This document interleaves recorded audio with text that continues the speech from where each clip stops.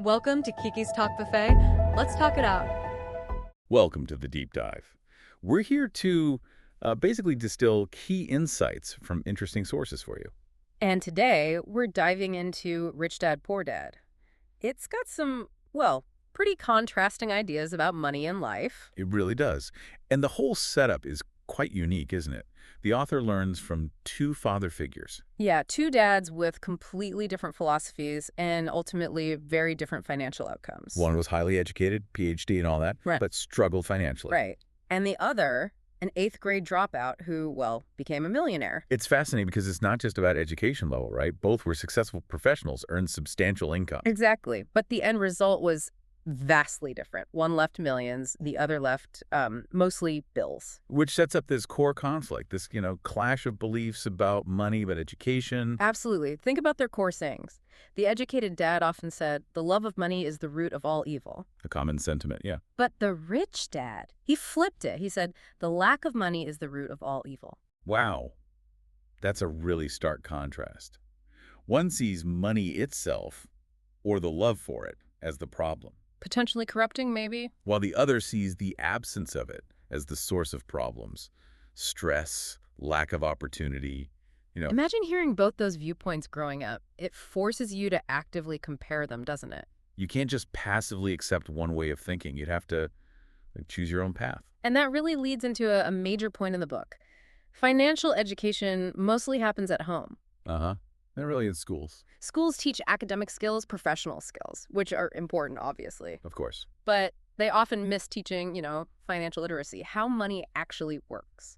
And the book suggests that's why you can have very successful people, like doctors or lawyers. Even bankers sometimes. Right. People earning good money, but they still struggle financially. Because professional success doesn't automatically mean you're financially savvy. Earning it is one thing. Managing it, growing it, that's a whole different skill set. Exactly. And the author kind of hints that this lack of widespread financial understanding might even, ripple outwards. How so? You mean like impacting bigger things? Well, the book uses it to illustrate a point.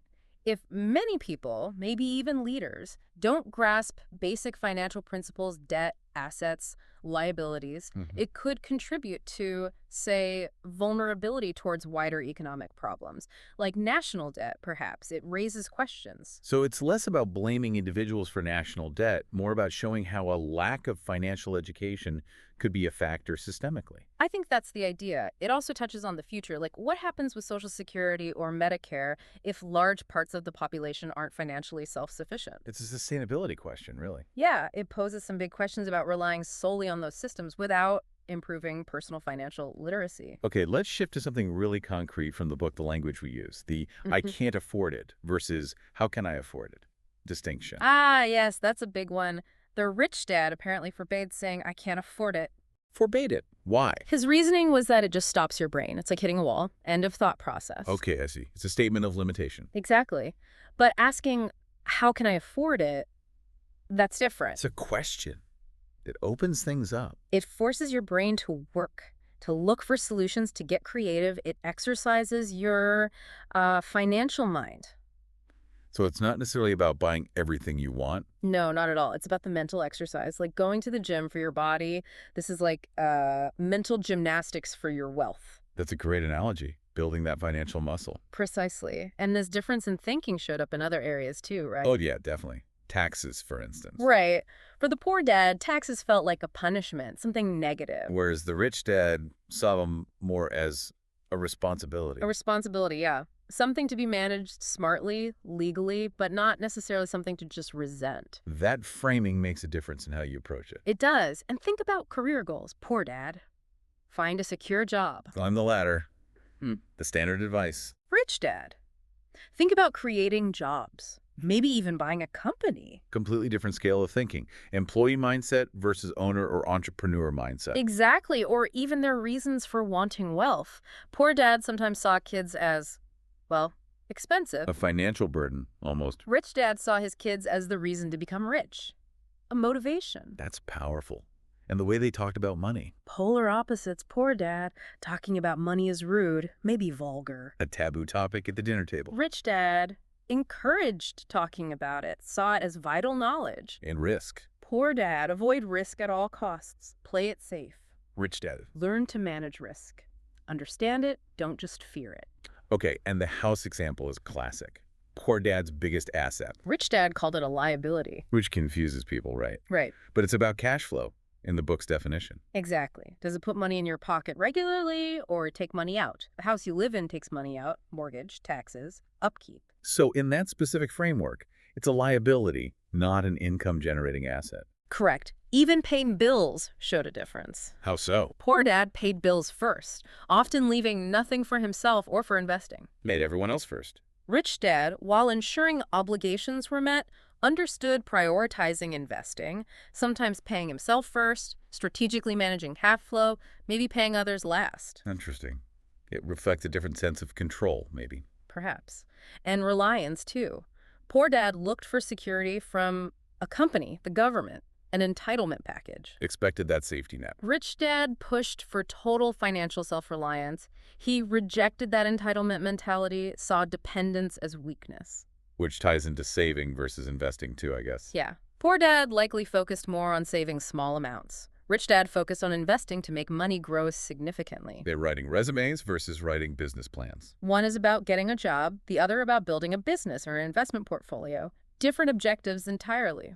It all comes back to this core idea, doesn't it? Yeah. Your thoughts, the words you use about money, they actually shape your financial reality.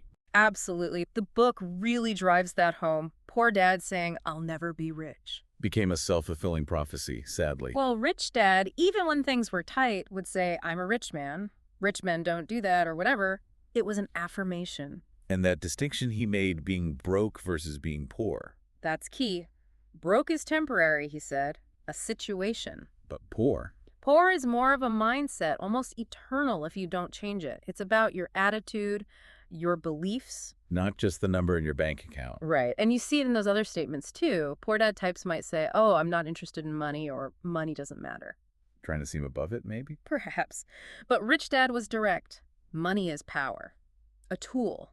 Something important to understand and respect. So the author learned really young, it seems, that he had to consciously choose which thoughts to listen to. A powerful lesson early on. Now, it's crucial to remember both dads valued education. Right. That's important. It wasn't anti-education. Not at all. But they valued different kinds of education. The poor dad, the academic, obviously valued, well, academic achievement. Degrees, PhDs, MBAs. Yes, the path to becoming a highly paid professional. Get good grades, get a good secure job. Makes sense given his background. But the rich dad encouraged a different focus. Study to be rich. Meaning? Meaning learn how money actually works in the real world. Learn how to make it work for you. That famous line, I don't work for money, money works for me. Exactly. That sums up his whole philosophy on financial education. And the fact that the author, at just 9 years old, chose to listen to the rich dad. The one who dropped out of school. Over his own highly educated father. Yeah. About money specifically.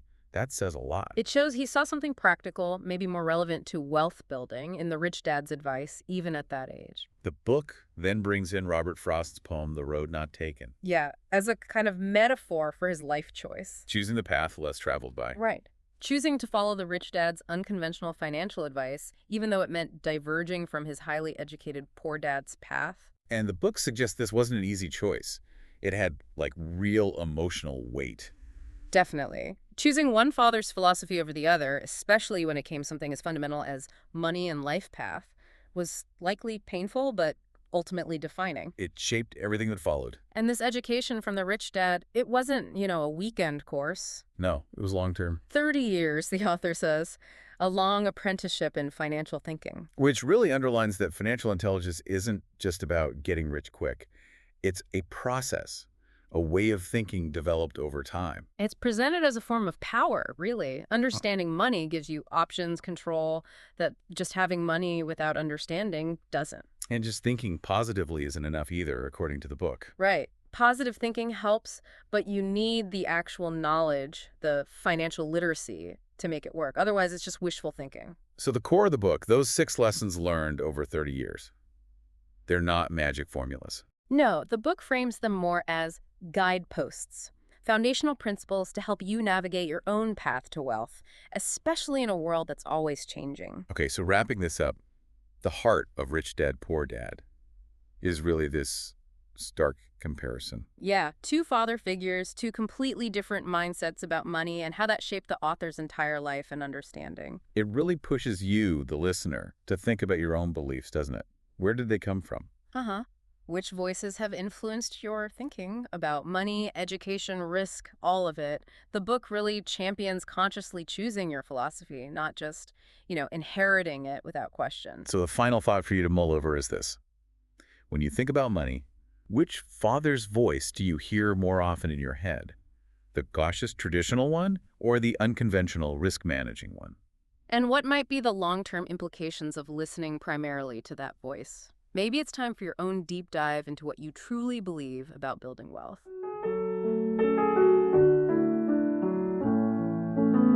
Every topic's got a taste, so like, share, and subscribe now. Your next plate's coming soon.